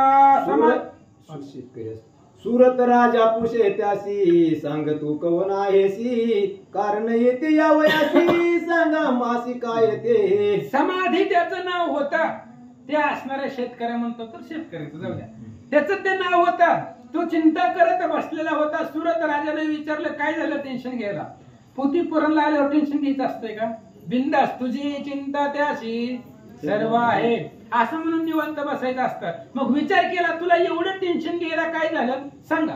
आईशे ऐकोनी वैश्य जाण बोलता झाला नृपा लागून समाधी नामही माझे पूर्ण वैश्य कुळी जन्मलो. त्याने सांगितलं, मी वैश्य कुळामधला आहे, समाधी माझं नाव आहे. त्याने विचारलं, तुला टेन्शन कशाचं आहे, दुःख कशाचं आहे, त्यावेळेस त्यानं त्याची कथा सांगायला सुरुवात केली. ऐका, धन्वंताच्या कुळी झालो धन्वंत होऊन जन्मलो पुत्र स्त्रियांनी बाहेर घातलो धन लोभ करून या. त्याने सांगितलं मी चिंताक्रांत का आहे, माझ्या डोक्यामध्ये कशाचं टेन्शन आहे सांगू. काय सांगायचंय, माझ्या आयुष्यामध्ये धनवंताच्या कुळामध्ये जन्मलोय, अफाट पैसा असणारा त्या श्रीमंताच्या घरामधला मी आहे आणि मला द्रव्यमत होता, पण बायका लेकरांनी मला घराच्या बाहेर हाकललं. अशीच अवस्था पुढे बी होणार आहे. पैसा असल्यावरती लोकांना विवेक सुचत नाही, त्याच्यामुळं माझ्याच बायका लेकरांनी मला हाताला धरून बाहेर हाकलून दिलं असं सांगतात. मजला बाहेर घातले माझे सर्व धन घेतले, मग मी वनी वास्तव्य केले येऊन या सर्वदा. माझ्या बायका लेकरांनी त्यांना पैसे मिळावे म्हणून मला घराच्या बाहेर हाकललं आणि माझ्या नावावरती जेवढी इस्टेट होती 7-12 होता त्यांच्या नावावरती केला आणि मला घराच्या बाहेर हाकलून दिला. पैसा नावावर झाल्यावर माणसाला काय करायचं, म्हणून त्यानं मला घराच्या बाहेर काढलं. मी यवनामध्ये एकटा फिरत बसलो असं तो सांगू लागला. मजला बाहेर घातले माझे सर्व धन घेतले, मग मी वनी वास्तव्य केली येऊन या सर्वदा. मला बाहेर हाकलून दिलं आणि मग बाहेर हाकलून दिल्यावर कुठं जायचं म्हणून या वनामध्ये आलो आणि वनामध्ये मी अखंडित पर्यंत वास्तव्य केलं. येथे येऊन यावन न जाणे त्याचे वर्तमान, कल्याण किंवा कल्याण त्यांचे काही कळेना. आणि या वनामध्ये बसलोय, वनामध्ये वास्तव्य करतोय. घरामध्ये हाकलून दिल्यापासून मी कधी घरला गेलो नाही, पण चिंता आहे. ही चिंता खूप दुर्धर आहे महाराज. ही डोक्याला टेन्शन असणं खूप अवघड आहे. अहो, ज्यानं घराच्या बाहेर काढलं त्याची चिंता करायची गरज आहे का? जगाबर मरू तुला काय करायचंय, तुला घरामध्ये राहू देत नाहीत ना, मग तू का त्यांची चिंता करायला लागलाय? तरी सुद्धा मला त्यांची चिंता वाटायले. त्यांचं कसं असेल, ते सुखी असतील का दुःखी असतील, तुझं बघ ना. तुला घराच्या बाहेर काढलंय, वनामध्ये राहिलाय, तरी सुद्धा त्यांची चिंता तू करायला, पण मला त्यांची बायका लेकरांची चिंता वाटायले असं सांगतात. स्त्री पुत्र उत्तम वागती किंवा धर्मे वर्तती, हे काही न कळे निश्चिती, म्हणून शोक मी करीत असे. म्हणून मी या वनामध्ये रडत बसलोय. माझे बायका लेकर घरामध्ये कसं राहत असतील, ते धर्मानं वागतात की अधर्म करतायत, हे महत्वाचं आहे. अहो, तुम्ही कितीही पोते पुराण वाचा, तुमच्या घरच्यांनी जर अधर्म केला तर नरकातच जावं लागतंय. घरच्यांनी सुद्धा चांगलंच वागावं लागतंय. ही गरुड पुराणामधला विषय आहे महाराज. आपण मेल्यावर आपल्या पाठीमागं लोकांनी कसं वागलंय, कसं वागताय, त्याच्यावर आपलं जीवन तिथं यमराजापाशी लिखित असतं. तुझ्या लेकरांनी दान धर्म केला तर तुला इथं जेवायला आहे. तुझ्या लेकरांनी अतिथीला पाणी दिलं, तुला इथं पाणी आहे. तुझ्या लेकरांनी सगळं व्यवस्थित क्रिया केल्या तर तुला मोक्ष आहे. म्हणजे बायका लेकर काय करतात त्या पद्धतीने त्याचं जीवनाचं आचरण ठरलेलं असतं असं सांगतात. सुरत राजा म्हणे वैशासी, ज्याने तुझं घालविले वनासी, त्यांचा स्नेह तुझ्या मानसी, कैसा येतो कळेना की. आणि सुरत राजाने विचारलं त्या व्यक्तीला, बाबा म्हणले ज्या लोकांनी तुला घराच्या बाहेर हाकलून दिलं त्यांचा स्नेह तुझ्या मनामध्ये कसा येतोय, मला अवघड वाटायला. अरे, त्यांनी तुला घराच्या बाहेर हाकलून दिलं, मग त्यांची चिंता तू का करायलाय, त्यांच्याविषयी तुझ्या मनामध्ये प्रेम कसं निर्माण झालं असं सुरत राजा बोलू लागला. वैश्य म्हणे नपा लागून तू बोलतोसी जे वचन, ते सत्य परी माझे मन, स्नेहान सोडी सर्वथा. त्याने सांगितलं राजाला, तुझं म्हणणं बरोबर आहे, पण काय करावं, माया दुर्धर आहे, माया कोणालाही सोडत नाहीये. इंद्रादिक देवांना सुद्धा मायेनं बंधनामध्ये टाकलेलं आहे. तुझं सगळं बरोबर आहे, पण शेवटी बायको लेकरं आहे. त्यांनी किती जरी अन्याय केले तरी त्यांच्याविषयीचं स्नेह आहे, प्रेम आहे, ते कमी होत नाहीये. म्हणजे मायेने मी पूर्ण गुरफडून गेलोय असं सांगू लागला. ज्याने बाहेर घालविले स्नेह सोडून द्रव्य घेतले, पुन्हा त्यांच्या स्नेह झगटले, मन कैसे हे कळेना. ही मन आहे महाराज. मनोमार्गे गेला तो तेथेची मुकला. मनाच्या पाठीमागे जायचं नाही, मनाला आकडावं लागतं. मने मना ते आवरावे, मने मना ते आकडावे. बालकांड 11 अध्याय. मनाला कसं आवरायचं रामायणामध्ये सांगितलेलं आहे, अद्भुत चरित्र आहे. मग ही मनाच्या पाठीमागे न जाता मन ताब्यामध्ये कसं करायचं, पण ते आम्हाला करता आलं नाही. ज्या बायका लेकरांनी मला बाहेर घातलंय त्यांच्याविषयी माझ्या मनामध्ये स्नेह आहे, प्रेम आहे असं सांगतात. आसो ह्या मोहाचे कारण न कळे मजसी जाण, जाणतास ता मोह पूर्ण किमर्थ होतो कळे ना की. आणि त्यांनी सांगितलं महाराज, ही मोह आहे. मोह धरली आईसे होईल. मोह जर धरला तर त्या ठिकाणी असती प्रतिष्ठा जाईल. मोह जर धरला तर आहे तेवढी प्रतिष्ठा जाते. ज्ञानेश्वरीमध्ये ज्ञानेश्वर महाराज सांगतायत. पण काय करावं, ही सगळं माहिती आहे पण कळत असून वळत नाही. आपण जे म्हणतो ना कळतंय पण वळत नाही, तसं आहे. सगळं कळतंय मला, मोह दुर्घट आहे, माया वाईट आहे, पण कळत नाहीये, मनाला आवर घालता येत नाहीये असं सांगतात. मार्कंडे म्हणे शिष्या लागुनी, तेव्हा मग ते दोघे मिळवणी. मेधा ब्राह्मणाजवळ येऊनी, नमस्कार करीते झाले पहिली. मग मार्कंडेयाने विचारलं शिष्याला, म्हणले आता कसं करावं मला कळना गेलं. म्हणले काय करावं. मग दोघही ऋषींच्या आश्रमामध्ये आले, ऋषींना नमस्कार केला. काय सांगतात ऐका. टाइम काय झाला.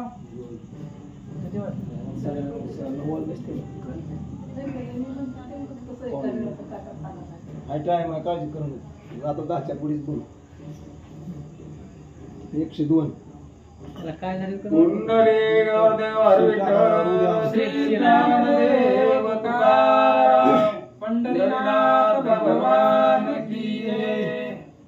श्री गणेशाय नमः, श्री पांडुरंगाय नमः, श्री प्रभू रामचंद्राय नमः. मार्कंडेय म्हणे शिष्याला गोरी, तेव्हा मग ते दोघेही मिळवणी. वेदा ब्राह्मणा जवळी येऊन, नमस्कार करीते झाले. आणि मार्कंडेय ऋषी शिष्या त्या ठिकाणी सांगतायत कथा की असं झालं होतं. ती दोघेही चिंताक्रांत होते. सुरत राजाला त्याचं राज्य गेलेलं होतं, बायका लेकरं बंधनामध्ये होती. आणि एक वैश्य होता, समाधी त्याचं नाव होतं. त्याला घरच्या लोकांनी बाहेर काढलं होतं आणि दोघही चिंताक्रांत होते. आणि दोघही मार्कंडेय ऋषींच्या आश्रमामध्ये गेले, नमस्कार केलं. काय झालं ऐका. मग येता न्याये बैसोनी प्राप्तीते झाले, ऋषी लागोनी. राजा बोलता झाला तक्षणी, प्राप्तोनिया ऋषी दे. आणि मग असं झालं. त्यावेळेस दोघही ऋषी पशी गेले, ऋषींना नमस्कार केला, हात जोडले आणि हात जोडून प्रार्थना करू लागले. ऐका. सुरत म्हणे तुम्हाला गोन एक प्रश्न करीतो से जाण, तो सांगावा कृपा करून कळे ऐसा सर्वथा. सुरथ राजा मार्कंडेय ऋषीला बोलू लागला, महाराज एक प्रश्न विचारतो आणि त्या प्रश्नाचं उत्तर तुम्ही तुमच्या कृपा प्रसादानं द्या. मी जो विचारणार आहे प्रश्न, त्या प्रश्नाचं उत्तर समर्पक द्या.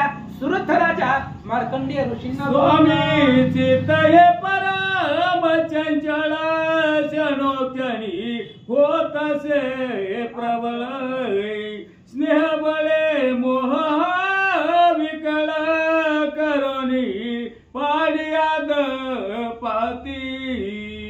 आणि प्रश्न विचारला महाराज, आध्यात्मिक प्रश्न आहे.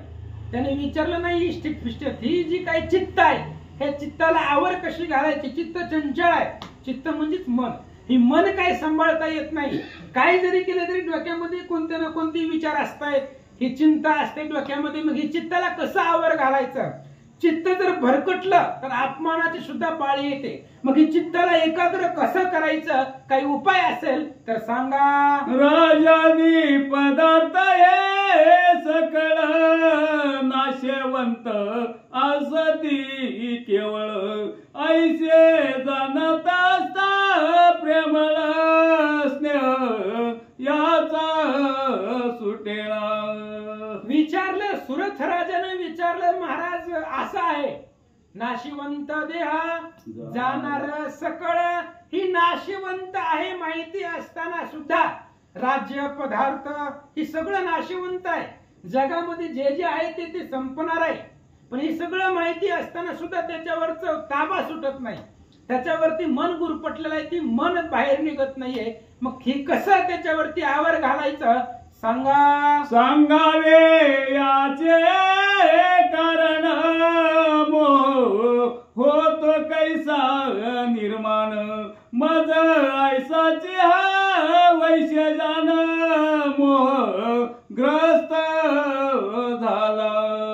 आणि मला त्या मोहानं पिडलंय. मग हे मोह निर्माणच कसं कसा होतोय?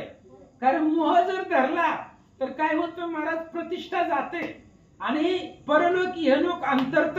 त्याच्यामुळे ही मोहावरती आवर कशी घालायची? मोह म्हणजेच माया, स्नेह प्रेम माया मोह, याच्यावरती बंधन कसं घालायचं आम्हाला सांगा. स्त्री पुत्राने सांडिला धन हिरोनी बाहेर घालविला, तथापि याच्या मोहस्त्या ममतेला अंतर न पडे कदाही. आणि विचारलं सुरत राजांनी, मला माझ्या बायको लेकरांनी घराच्या बाहेर हाकलून दिलंय, तरी सुद्धा त्यांच्याविषयी जो प्रेम आहे, त्यांच्याविषयी जो स्नेह आहे, तो माझ्या मनातला कमी होत नाही. ज्यांनी घराच्या बाहेर हाकललंय त्यांच्याविषयीची चिंता माझ्या मनामध्ये आहे, असं सुरत राजा बोलू लागला. स्त्री पुत्रासाठी स्वक करीत तैसाची मी झालो दुखित, विषय दोष ते असे पाहत, तथापि ममता सुटेना. सुरत राजाने मार्कंडेय ऋषींना विचारलं, आम्ही दोघही एकाच रोगाचे पीडित आहे, दोघांनाही एकच रोग झालाय. तो रोग म्हणजे मोह आहे, माया आहे. दोघांनाही घराची चिंता आहे, दोघांनाही घरांना बाहेर हाकलून दिलंय, फेकून दिलंय, याला घराच्या बाहेर काढलंय. मी सुद्धा स्त्री पुत्रापासून लांब आहे. मग हे आम्हाला सगळं माहिती आहे, पण तरी सुद्धा आम्हाला ममता सुटत नाहीये असं सांगता. आम्ही दोघे ज्ञानी असून मोहन सोडिया लागून, सांगावे मोहाचे कारण कोणते ते ऋषी वर्या. त्यांनी सांगितलं आम्ही दोघेही ज्ञानी आहोत, पण ज्ञान असून काय करायचंय? माया सुटत नाही, मोह सुटत नाही. मग ही मोहाचं कारण काय? मोह निर्माण कसा होतो आम्हाला सांगा. मेधा सांगे सुरतासी, मार्कंडेय सांगे शिष्यासी, सुत म्हणे सौनकादिकासी, त्याची आता निरूपितो. मेधा ऋषी सुरत राजाला सांगतायत, मार्कंडेय ऋषी शिष्याला सांगतायत, सुत शौनकादिकांना सांगतायत, आणि ग्रंथकर्ते तुम्ही आम्हाला सांगताय. हीच कथा आहे, एकच कथा आहे, 4 ठिकाणी कथा चालू आहे. प्रत्येक जण कुठं कुठं आहे. मेधा ऋषी सुरत राजाला सांगताय, मार्कंडेय ऋषी त्यांच्या शिष्याला सांगताय, आणि सुत व्यास शिष्य सुत शौनकादिक ऋषींना नैमिषारण्यामध्ये तीच कथा सांगतायत, आणि ग्रंथकर्ते तीच तुम्ही आम्हाला सांगतात. ऐका. विषय ज्ञान सर्वासी गोचर, पशु पक्षी जाणतिया नर, विषय तू तोही दैवानुसार, प्रतक प्रतक सर्वासी. विषय आहेत आणि विषयाचं ज्ञान प्रत्येकाला आहे. पशु पक्षीला बाहेर जेवढे त्या ठिकाणी पशु पक्षी जीवजंतू आहेत सगळ्यांना विषयाचं ज्ञान आहे, पण प्रत्येकासाठी विषय वेगळा आहे. दैव म्हणजे आपलं प्राक्तन, प्राक्तन म्हणजे नशीब. आपापल्या नशिबानुसार वेगवेगळा विषय प्रत्येकाला आहे असं सांगतात. ऐका. दिवांध प्राणी जे का सती, दिवसान दिसे तया प्रती, उलक वागुळा दे निश्चिती, दिवांध प्राणी जाणावे. आणि काही दिव्यांध आहेत, दिवसा त्यांना दिसत नाही. मग असेही प्राणी आहेत. मग कोणते कोणते प्राणी आहेत? उलूक आणि वट वाघुळ म्हणतायत त्याला. घुबड आणि वट वाघुळ यांना दिवसा दिसत नाही. मग दिवसा यांना दिसत नाही, मग तसं जसं दिवसांत आहे तसं रात्रीची सुद्धा अंध आहेत. ऐका. रात्रंध प्राणी काकाधिक, त्यासी रात्री न दिसे सम्यक, गर्भांध प्राणी जे त्यासी देख, रात्री दिवस सारिखा. दिवसा न दिसणारे प्राणी घुबड आणि वटवाघुळ आहे, ह्यांना दिवसा दिसत नाहीये. रात्री न दिसणारे प्राणी व कावळ्यासारखे प्राणी त्यांना रात्री दिसत नाही. पण गर्भांध जे प्राणी आहेत जन्माला आलेले त्यांना दिवसा बी दिसत नाही, रात्री बी दिसत नाही. सदोदित आंधळ आहे. तुकाराम महाराजांचं प्रमाण आहे. तुका म्हणे काहीसे आंधळे हे जन, गेले विसरून खऱ्या देवा. ही आंधळ असून आपल्याला दिसते पण आपण आंधळ आहे. ही असं अवस्था आहे महाराज. दिसून उपयोग नाही. आत्मज्ञानाने दिसायला पाहिजे. हे असे गर्भांतले जी लोक आहेत ते सुद्धा दिवस रात्र त्यांना सारखंच आहे असं सांगतात. देनो स्ववृषभ स्वान त्यासी दिवस रात्री सारखी जाण आहार निद्रा भय मैथुन सम समान सर्वासी. गाय, घोडा, बैल आणि कुत्रा यांना दिवस असो अगर रात्र असो काय फरक पडायला? ह्या प्राण्यांना काय फरक पडणार आहे दिवस असो किंवा रात्र असो? तसं त्या ठिकाणी सांगतात गर्भांध जे प्राणी आहे, गर्भामध्ये जे जीव आहेत त्यांना दिवस असो किंवा रात्र असो काही फरक पडत नाही असं सांगतात. ज्ञान जे का मनुष्याशी त्याची असे मृग पक्षाशी पक्षी हे शावचंचुशी कण जानोनी अर्पिती. आणि जे ज्ञान माणसाला आहे तेच पशु पक्षाला सुद्धा आहे. दिवस रात्र आहे. जेवढं ज्ञान माणसाला विषयाचं आहे. आहार भय मैथुनी प्रत्येक जीवाला सारखं आहे. 84 लाख योनी जीव आहेत. हे आहार भय आणि त्या ठिकाणी सगळं सर्वांना सारखं आहे असं सांगतो. आपुल्या प्रत्युपकार करणे पुत्राधिकाशी स्नेह करणे अम्रमस्तंभ पर्यंत जाणे स्नेह भाव सारिका. स्नेह म्हणजे माया. प्रत्येक जीवामध्ये माया सारखी आहे. कुत्र आणि कुत्र्याचं पिलू त्यांच्यामध्ये माया सारखीच आहे. मग कुत्र्याच्या आणि कुत्र्याच्या पिलामध्ये जी माया आहे तीच आपल्यामध्ये आई लेकरांमध्ये माया आहे. माया सगळ्यामध्ये सारखी आहे. जीव जरी वेगवेगळे असले तरी त्यांच्यामध्ये आणि आपल्यामध्ये सारखीच माया आहे असं सांगतात. सर्वासी सारखे विषय ज्ञान स्नेह मोह ममता समान तुझ काळवया लागून निरूपण केले असे. आणि सर्वांच्याच मनामध्ये विषयाचं ज्ञान आहे. सगळ्यांना मोह माया सारखी आहे. तुला कळावं म्हणून एवढं सांगितलं, नाहीतर एवढं सांगायची गरज नव्हती. पण बसलेल्यांना कळावं म्हणून आतापर्यंत सांगितलं. मोह माया प्रेम ममता सगळ्या जीवामध्ये सारखी आहे असं सांगतात. मासी केला प्रश्न त्याचे सांगतो निरूपण मोह कोणापासून निर्माण असे पुसले अमासी. जाऊ द्या म्हणले. तू प्रश्न विचारलाय मूळ मुद्द्याकडे येऊ. तू प्रश्न विचारला होतो मोह कसा तयार होतो, मोह कसा निर्माण होतो हा तुझा मुख्य प्रश्न आहे. तर आता हे बाकीचं विवरण जाऊ द्या. बाकीचं जे काय काय बाजूला राहू द्या. तू जो प्रश्न विचारला आहे तो मोहाबद्दलचा प्रश्न आहे. त्याचं उत्तर सांगतो ऐका. करते मध्ये जाण पडले असती ब्रह्मादी जन माया माझी तिज पासून मोह निर्माण झाला. आता ही माया जी आहे मोह आहे ती असणारी मोह महामायेपासून मोह निर्माण झाला. आणि या मायेनं कुणालाच सोडलेलं नाहीये महाराज. पडले असती ब्रह्मादी जन. ह्या मायेमध्ये ब्रह्मादिक जीव पडलेले आहेत. कुणाला सोडले बरं आजपर्यंत मायेनं? देवाच्या बापाच्या पायी वहिली मायेने पिढी ठोकिली तेथे माईक जीव सकळी मुक्त कैसी होती पहारी. विजय अध्याय 3. देवाच्या बापाला सोडलं नाही मायेनं. वसुदेव देवकी यांना सोडलं का मायेनं? देवाला सोडवता येत होतं पण सोडवलं का? म्हणजे स्वतः देव सुद्धा मायेमध्ये कधी मध्ये अडकतो. ब्रह्मादिक देव सुद्धा मायेमध्ये गुंततात. ही दुर्धर माया आहे असं सांगतात. महामायेचा प्रभाव तेने संसार पावले सर्व उत्पत्ती स्थिती प्रलय भाव माये करून होतसे. महामायेचा प्रभाव आहे आणि महामायेच्या प्रभावाने सर्व संसारामध्ये जीव आलेले आहेत, मायेमध्ये अडकलेले आहेत. आणि उत्पत्ती स्थिती प्रलय ही सुद्धा मायेपासूनच होतो. ऐका.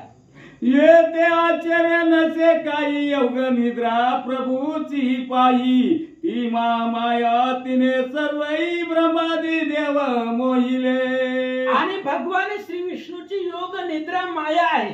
योग माया आहे ती भगवंताची आहे.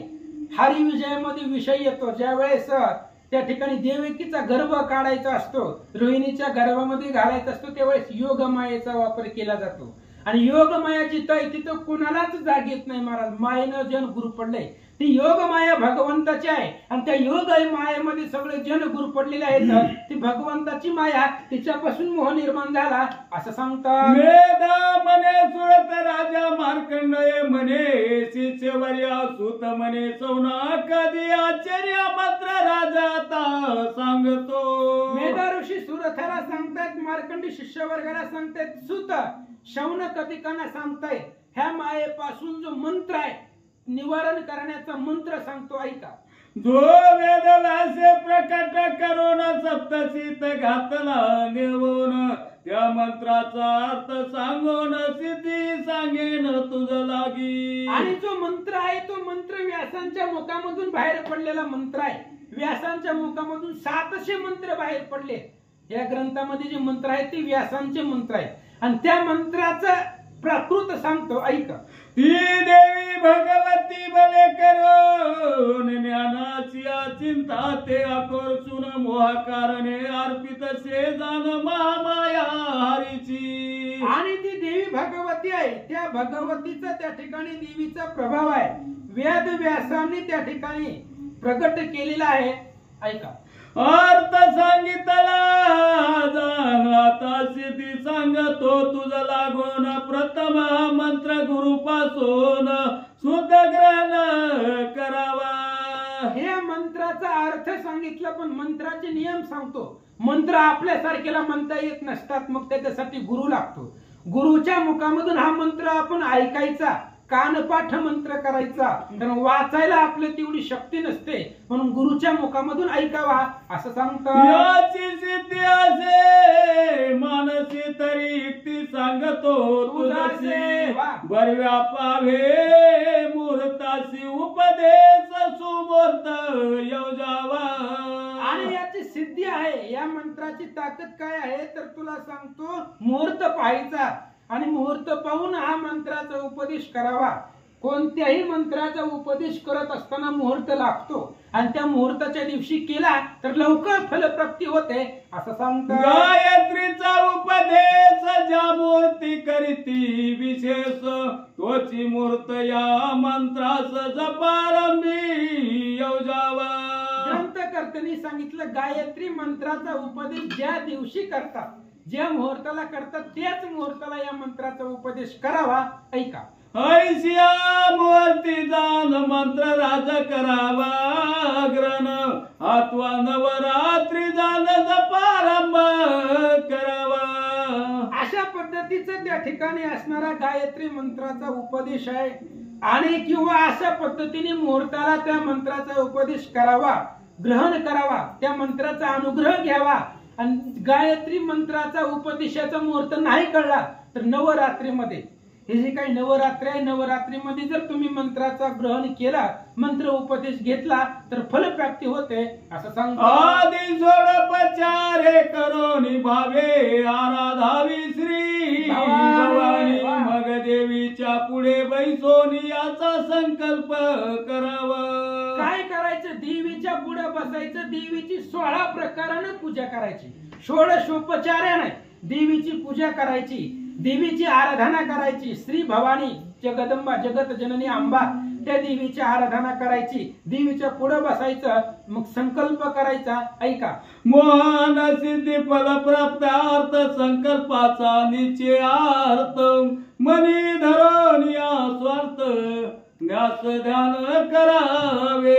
मोहन सिद्धी प्राप्त करण्यासाठी ह्या मंत्राचं सिद्धी काय आहे, फल काय आहे? मोहन सिद्धी प्राप्त करायचे आणि त्याच्यासाठी संकल्प देवीच्या पुढे बसून करायचा आणि मनिस्वार्थ धरायचा. महाराज, मनामध्ये कामना धरायची. ही निष्काम भावनेनं काही कामिक लोक थोडीशी असतात, पण स्वार्थ धरून जरी केला तरी आपला स्वार्थ पूर्ण होतो असं या मंत्राचं महात्म्य आहे, ऐका. असो षण्डगन्यास करोनी जप करावा बैसोनी मौनी रुद्राक्ष माला घेवोनी माला संस्कार करावा. हा विशान बक्षुन या नित्य षडरूपू वर्जोन यागत्य जप करावा याचा सत्य एक लक्ष नेम जप दशा होम तर्पण धेनुच्या दुग्धे करावे जाण मग करावे ब्राह्मण भोजन पूर्णाहुती योजोनी मंत्राचे आदि अंती जाण प्रणव योजाव धरोनी स्मरण आत्वा व्याहरती योजोन शीघ्र सिद्धी होतसे आसो मंत्राचे विधान संक्षेपे सांगितले पूर्ण मंत्राजावरी टाकावा योजून त्यासी मोहन जप होतसे. अशा पद्धतीने हे मंत्राचं विधान कसं करायचं हे सांगितलंय. आता ऐकलं मग डबल कशाला सांगायचं. ऐकलं तुम्ही ओव्या महाराजांनी वाचल्या तुम्ही ऐकल्या. अशा पद्धतीने या मंत्राचं विधान आहे आणि मंत्र ज्याच्यावरती त्या ठिकाणी टाकायचं आहे त्यावरती मोहन बसलेला असतं. ऐका.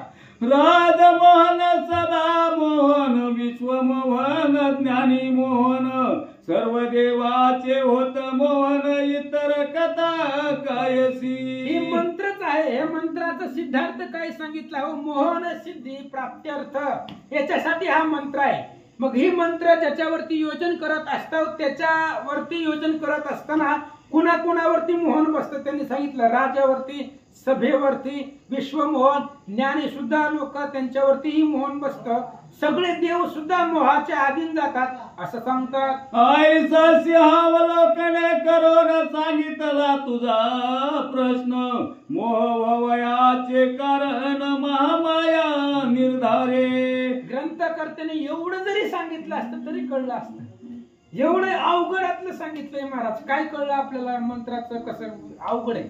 त्याच्यामुळं सिंहावलोकने करून पाठीमागचं अनुसंधान विचारलं होतं मोह कसा निर्माण होतो. तर एकाच वाक्यात याचं उत्तर आहे महामायेच्या अभावाने योग मायेच्या पासून मोह निर्माण होतो. हे एका वाक्यातलं उत्तर आहे. ग्रंथकर्त्यांनी पण ऋषी मंडळी अद्भुत ज्ञान असतो. मग अशी सांगितलं त्यांना किती ज्ञान आहे आणि या ज्ञानाच्या प्रभावाने ते सांगत असतात जाऊ द्या. ह्या मोहाला कारण म्हणजे योग माया आहे, भगवंताची महामाया आहे, तिच्यापासून मोह तयार होतो. हा झाला राजाचा पहिला प्रश्न. ती ह्या विश्वाचराचर उत्पन्न करी सैरा वैरा प्रसन्न झाली भक्तवराच्या चारी पुरुषार्थ देतसे. तीच महामाया आहे आणि ती महामाया या विश्वामध्ये महामाया विश्वाला उत्पन्न करते. सैरा वैरा माया फिरत असते. पण जे भक्त आहे त्या भक्ताला प्रसन्न होऊन चार पुरुषार्थ धर्म अर्थ काम मोक्ष भक्ताला अर्पण करते असं सांगतात. आदि माया ज्ञानरूपिणी अनंत ब्रह्मांडाची स्वामिनी जिच्या इच्छे मात्रे करोनी बद्धमुक्त होतसे. ती आदि माया ब्रह्मरूपिणी आहे, ज्ञानरूपिणी आहे आणि अनंत ब्रह्मांडाची ती स्वामिनी आहे, मालकीन आहे.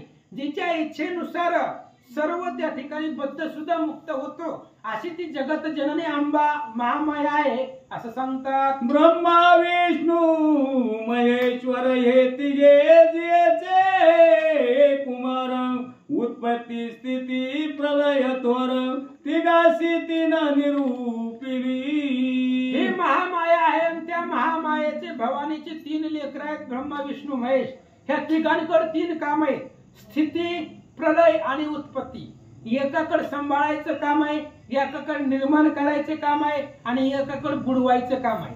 तिघांकडे तीन काम वाटून दिली आहेत असं सांगतात. राजा बोले रुची लागून महामाया ऐसे अभिधान जिचे असेल ती उत्पन्न कैसी होती झाली. राजा बोलू लागला, सांगू लागला, ऋषीला विचारू लागला. म्हणली महाराज तुम्ही जी महामाया सांगितली तिची उत्पत्तीच कशी झाली. ही जी महामाया तुम्ही सांगताय हिचं वर्णन सांगताय ती तयार कशी झाली सांगा. तिचे स्वरूप स्वभाव सांगा तिचे वैभव सर्व कोणापासून उद्भव तिचा होता झाला. आणि तिचा स्वभाव, त्या देवीचा स्वभाव, तिचा प्रभाव, तिचा जन्म कथन कसं ती तयार झाली उत्पन्न झाली त्या देवीचं, त्या असणाऱ्या जगदंबेचं, आदिमायेचं, महामायेचं महिमान आम्हाला सांगा. हे सर्व तुझ पासून तिचे चरित्र करावे श्रवण. ऐशीच्या झाली जाण तरी आता निरोपी. हे सगळं तुझ्या मुखामधून आम्हाला ऐकायचंय. तुम्ही जे सांगताय ना तुमच्या मुखामधून आम्हाला श्रवण करायचंय. त्याच्यामुळं आतुरता लागलेली आहे. तुमच्या मुखामधून ज्ञान प्राप्त करावं तर आम्हाला सांगा. यावरी ऐकून या प्रश्न बोलता झाला मेधा ब्राह्मण. आता सांगेन तुझं निरूपण एकाग्र चित्ते श्रवण करी. अशा पद्धतीने प्रश्न ऐकला. राजाचा प्रश्न ऋषींनी ऐकला आणि सांगितलं तुला सांगतो म्हणले. जो प्रश्न विचारलाय त्याचं निराकरण करतो. ऐका. ती महामाया नित्य जाणते असे नाही जन्म मरण. जगन्मूर्ती स्वरूपे करण विश्व सर्व व्यापिले. ती महामाया आहे महाराज. ब्रह्म विष्णूला सुद्धा जन्म आहे पण महामायेला जन्म नाही. ती आधी माया आहे, स्वतंत्र आहे. तिला आई वडील नाही, कोणी नाही. जगदंबा आहे, प्रभाव आहे तिचा. त्याच्यामुळे जन्म मरणाच्या पलीकडची ती जगदंबा आहे, महामाया आहे. सांगतो ऐका. तिच्या आईच्या मात्र निश्चिती उत्पत्ती स्थिती प्रलय होती. तथापि तिची उत्पत्ती बहु प्रकारे ऐकीजे. आणि मुळापासून जर सांगायचं म्हणलं तर देवीला जन्म मरण नाही पण भक्ताच्या कार्यासाठी तिला जन्म घ्यावाच लागतो. खरं तर मूळ स्वरूपामध्ये देवीला जन्म मरण नाही पण भक्तांच्या कामासाठी तिला अवताराला यावं लागतं. मग ही महामाया कसा अवतार झाला, तिनं काय कार्य केलं सांगतो ऐका. देवाच्या कार्यासाठी जाणं जगदंबा होतसे उत्पन्न. एरवी तरी जन्म मरण नाही नाही तियसी.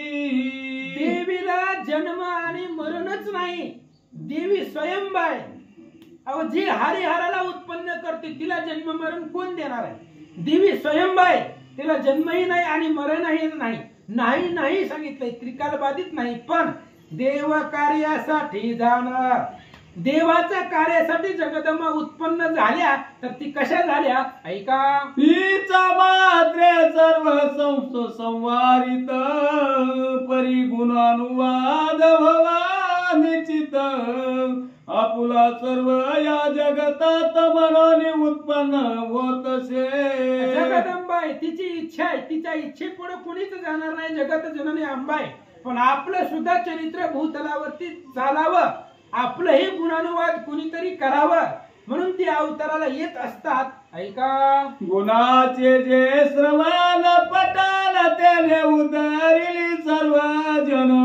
म्हणून होत असे उत्पन्न योगा निद्रा हरीची. आणि ही देवीचे जे गुण आहे या ग्रंथामध्ये काही देवीचेच गुण आहेत. देवीच्या गुणाचं वर्णन आहे आणि देवीच्या गुणाचं वर्णन केलं तेने उद्धरती सर्व जन. सगळ्या जनाचा उद्धार होतो. मग अशी सांगितलं ना पापी सुद्धा पवित्र होत आहेत या श्रवणानं. ही देवीचे गुण या ग्रंथामध्ये वर्णन केलेले आहेत. ही अशा पद्धतीने योग माया योग निद्रा भगवंताची आहे. ऐका. प्रलयी गालोनीचे शयन निजता झाला नारायण. तेव्हा त्याच्या कर्णमंडळातून दोघे असुर जन्मले. आणि भगवान परमात्मा त्या ठिकाणी शेषावरती शयन करत होते. दुधाच्या समुद्रामध्ये भगवान परमात्मा शयन करत असताना शेषाच्या पृष्ठभागावरती निद्रित असताना भगवंताच्या कर्णमंडळामधून कानामधून दोन असुरांचा जन्म झाला. ऐका. मधु कैटप नामाभिधाने होती झाली दया लागून. आपण ते सर्व मानती मनोन मधु आयचे नाम एकाचे. मधु कैटभ ही नावाची राक्षस आहेत. भगवंताच्या कर्णमंडळामधून त्यांचा जन्म झाला. आपल्याला सगळेच मान्य करतायत म्हणून एकाचं मधु नाव ठेवलं, दुसरं कैठब कशामुळे ठेवलं ऐका. कीट मध्ये कर्णमंडळ तयावे जन्मला केवळ. मनोने कैटभय नाम तत्काळ होत झाले एकाशी. एकाचं नाव कैटब ठेवलं. किट्ट म्हणजे कान. कानामधून जो तयार झालाय निर्माण झालाय म्हणून त्याचं नाव कैटभ. एकाचा मधु ठेवला, सगळ्यांनी त्याला मान्य करावं म्हणून त्याचं नाव मधु, आणि कानामधून जन्म झाला म्हणून त्याचं नाव कैटभ. अशा पद्धतीने मधु आणि कैटभ नावाचे दोन असुर या पृथ्वी तलावरती तयार झाले. असो तेव्हा दोघे असुर मधु कैटभ भयंकर ब्रह्मया लागी करावया बार वदा लागी धावले. अशा पद्धतीचे दोन असुर आहेत, मधु आणि कैटभ. राक्षस आहेत महाराज, राक्षस वृत्तीचे आहे, आणि त्यांना वाटत होतं की पृथ्वी आपल्याकडे यावी म्हणून ब्रह्मदेवाकडे गेले. ब्रह्मदेवाला मारायला काय झालं ऐका. ब्रह्मा विश्वाचा प्रजापती नाभी कमळी त्याची स्थिती असुर पावून निश्चिती भयभीत झाला. मधु कैटभ लोकांनी राक्षसांनी पाहिलं ब्रह्मदेवाला आपल्याला मारायचंय. ब्रह्मदेव प्रजापती आहे, मग त्याचं वास्तव्य कुठे आहे तर भगवान श्री विष्णूच्या नाभीमध्ये आहे. नाभीमध्ये ब्रह्मदेव राक्षसांनी पाहिलं काय झालं ऐका. निजलासे चक्रपाणी पाठी राख नाही कोणी योग निद्रावरली नयनी तेने हरी व्यापिला. आणि विचार केला ही भगवान परमात्मा योग निद्रेनं व्यापलेला आहे देवाला, देव सावत नाही. आणि देव ब्रह्मदेव देवाच्या नाभी कमळामध्ये आहे. ह्या ब्रह्मदेवाला बाहेर काढून आपल्याला मारायचंय म्हणून असणारे मधु कैटभ भगवान श्री विष्णूच्या जवळ आले. नाभीमध्ये ब्रह्मदेव आहे, भगवंताला मायेनं व्यापलेला आहे. योग निद्रेमध्ये भगवंत शयन झालेले आहेत. ऐका. देवा सावध व्हावा म्हणून योग निद्रेचे करी स्तवन बदा झाली चतुरांगण होता झाला ते काळी.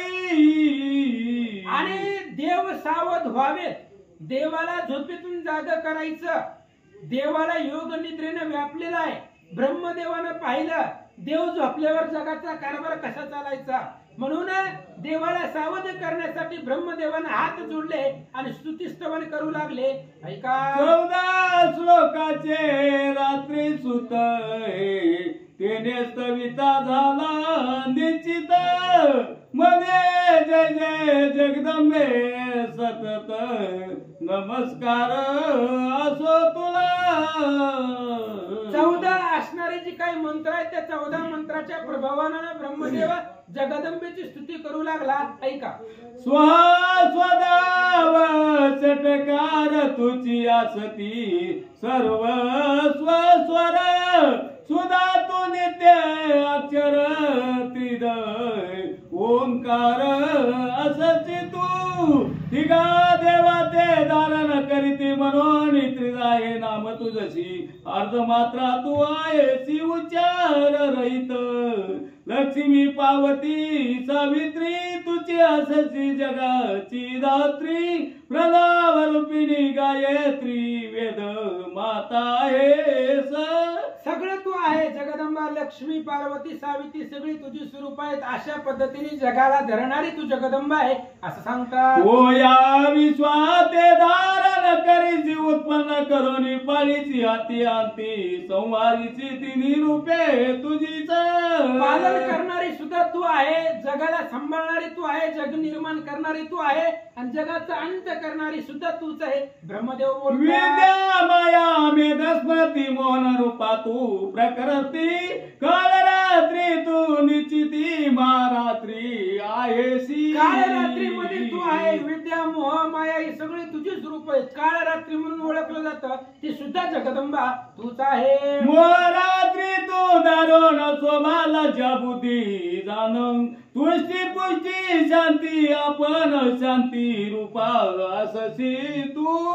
मोहरात्री सुद्धा तू आहे. मोहामध्ये काय होतं शोभा लाज बुद्धी सगळं मोहामध्ये येतं, आणि पुन्हा शांती रूप सुद्धा तुझाच अवतार आहे असं सांगतात. तू खडगासुल गदा चक्रिणी तू भोसुंडी चाप शंके दक्षिणी तू बाण परी धरिली नमस्कार माझा तुझा असो.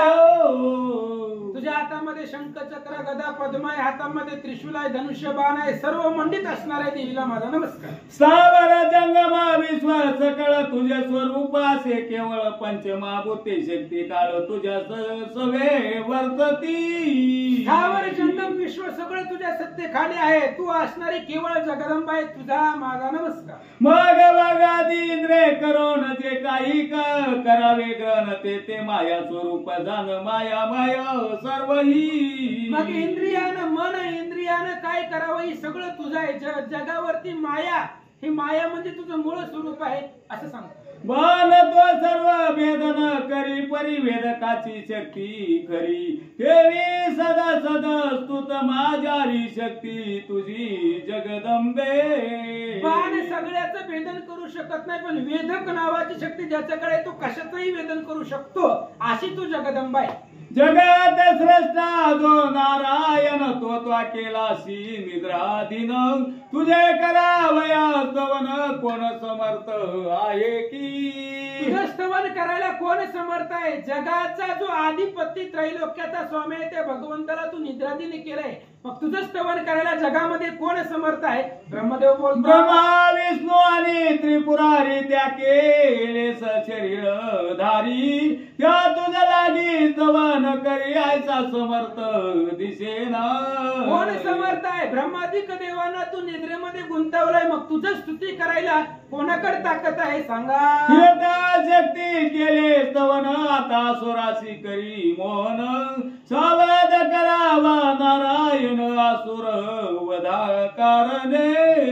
ब्रह्मदेवाला सांगितलं तुझी स्तुती करावी एवढी माझ्याकडे शक्ती नाही, यथामतीने तुझं स्तवन केलं. हे असुरांना मोहन घाला, भगवंताला सावध करा. वाचा. हा रात्री सुतकाचा अभिप्राय ब्रह्मा कर्याची उपाय चिंतोनी असुरासी अपाय स्तविता झाला देवी ते. रात्री सुक्त नावाचा मंत्र आहे, त्या मंत्राचा अभिप्राय ब्रह्मदेव हाच उपदेश भगवंताला केला. भगवंताला सावध असुर राक्षसाला मारण्यासाठी देवाला सावध करू लागले. मेधा मने दुरतासी आईची तविली देवी तामसी मग वदावया सुरासी प्रगट झाली तत्काळ. अशा पद्धतीने मेधा ऋषी सुरताला सांगतायत देवी, त्या देवीचं स्तवन ब्रह्मदेवानं केलं आणि त्या असुरांचा संहार करण्यासाठी देवी कशी अवतरली आहे का? विष्णूच्या मुख नेत्रकातून भाऊ हृदय उपारापासून निघोली ब्रह्मयासी दर्शन देती झाली ते काळी. आणि भगवान श्री विष्णूच्या भाऊ नेत्र कानातून, भगवान श्रीकृष्णाच्या मुखातून कानातून देवी बाहेर निघाली, ब्रह्मदेवाला नमस्कार केला. ऐका. देवीने मुक्त केल्यावर मग जागा झाला श्रीधर एका रवी सर्व सागर मिळते झाले एका वेळी. देवीनं भगवंताला मुक्त केलं म्हणजे भगवंताला सुद्धा बद्ध करू शकते ती देवी आहे. ती देवीच्या पुढे कोणाचं काही चालत नाही. त्या देवीनं भगवान श्री विष्णूला मायामधून मुक्त केला. भगवान परमात्मा सावध झाले, सर्व समुद्र एकाकार झाले. ऐका. सोलोनियाचयन उठता झाला नारायण तव मधु कैटभ दोघे जन ग्रासोदावती भ्रमयाते.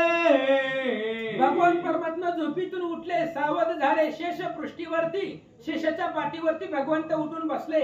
मधु कैटभ नावाचे दैत्य ब्रह्मदेवाला मारायला धावले. ऐका. ते दुरंदर परम असुर क्रोधे तीव्र धावले सत्वर रक्त नेत्र अति भयंकर पराक्रमी असती पै.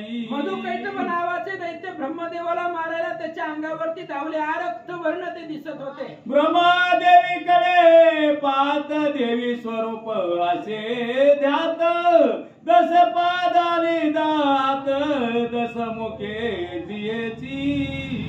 ब्रह्मदेवाला टेन्शन आलं, राक्षस आपल्याला मारायला लागले. ब्रह्मदेव देवीकडे पाहू लागला. ब्रह्मदेवाला देवी स्वरूप कसा दिसला? बघा पुल्या कटीवर घेऊन दिले आसुर शिर चक्रे करोनी बिन सत्वर शना मात्रे टाकिले. भगवंतानं आपल्या आपल्या कमरेवरती त्यांना घेतलं आणि सुदर्शन चक्रानं त्यांचं शिर उडवून टाकलं. असुर मधु मारिला जान नाम झाले मधुसूदन. कैटभ मारिला म्हणून कैट भारी बोलती. भगवंतानं ते असणाऱ्या मधु नावाच्या दैत्याला मारलं म्हणून देवाला मधुसूदन म्हणताय. कैटभ नावाचा त्याच्या भावाला मारलं म्हणून कैट भारी नाव भगवंताला असोया प्रकारे करून महाकाळी झाली असे उत्पन्न. हा प्रथम अवतार जाण दुसराता श्रवण करी. अशा पद्धतीने पहिला महाकालीचा अवतार झाला. मधु कैटभ नावाच्या राक्षसांना मारण्यासाठी देवीचा प्रथम अवतार झाला. आता दुसऱ्या अवताराची कथा हे आहे. महाकालीचे आख्यान याचे करी श्रवण पठण. सर्व बाधा जाती निरसोन संशय काही असेन. अशा पद्धतीने देवीचं चरित्र आहे. जो ऐकल त्याला कुठल्याच प्रकारची बाधा होत नाही याच्यामध्ये संशय नाही. तिन्ही अवताराचे तत्काळ श्रवण पठणाचे जे फळ. हे 12व्या अध्यायी सकळ व्यास वर्णिता झालं. ह्या 3 अवताराचं श्रवण पठणाचं जी फळ आहे ती फळ याच ग्रंथामध्ये 12व्या अध्यायामध्ये व्यास महाराज सांगतात. त्याची अनुक्रमे करो न येते करो सर्व वर्णन. आता दुसरा अवतार दान सांगतो श्रवण करी आता. या अवताराचं महाकाली जगदंबेचा पहिला अवतार झाला. दुसऱ्या अवताराचं कथन आता पुढच्या अध्यायामध्ये. देवीने जैसे बोलाविले तैसे येते वर्णन केले. सज्जनी पाहिजे परिशीले कृपा करोनिया सर्वदा. देवीनं जसं बोलावून घेतलं त्या पद्धतीने बोलावलं तसंच इथं वर्णन केलं. सज्जनाने कृपा करून श्रवण करा. व्यासाचा अर्थ तो अनंत त्याचा सारांश निश्चित. देवी कारणे असख्या संख्यात नमस्कार असो माझे. अशा पद्धतीने माझा तुम्हाला त्या ठिकाणी सगळे श्रोत्या माय बापांना नमस्कार आहे. अशा पद्धतीने ग्रंथ श्रीदेवी ग्रंथ करणार निमित्त मात्र हा राम द्विजवर. देवीनेचा ग्रंथ साचार निज मुखे निरूपिला. अशा पद्धतीने देवीनेच या असणाऱ्या ग्रंथाचं जी काही प्राकृत आहे माझ्या मुखामधून स्वतः जगदंबेनं वर्णन केलेलं आहे. कृष्णाटकास त्रिधाद जानवणे ग्रामीचा राम ब्राह्मण. अग्निहोत्र प्रायण देवीसी शरण सद्भावे. प्रथमाध्यायी कुंडली कवरधारी विठ्ठल श्री ज्ञानदेव तुकाराम पंढरीनाथ भगवान की जय.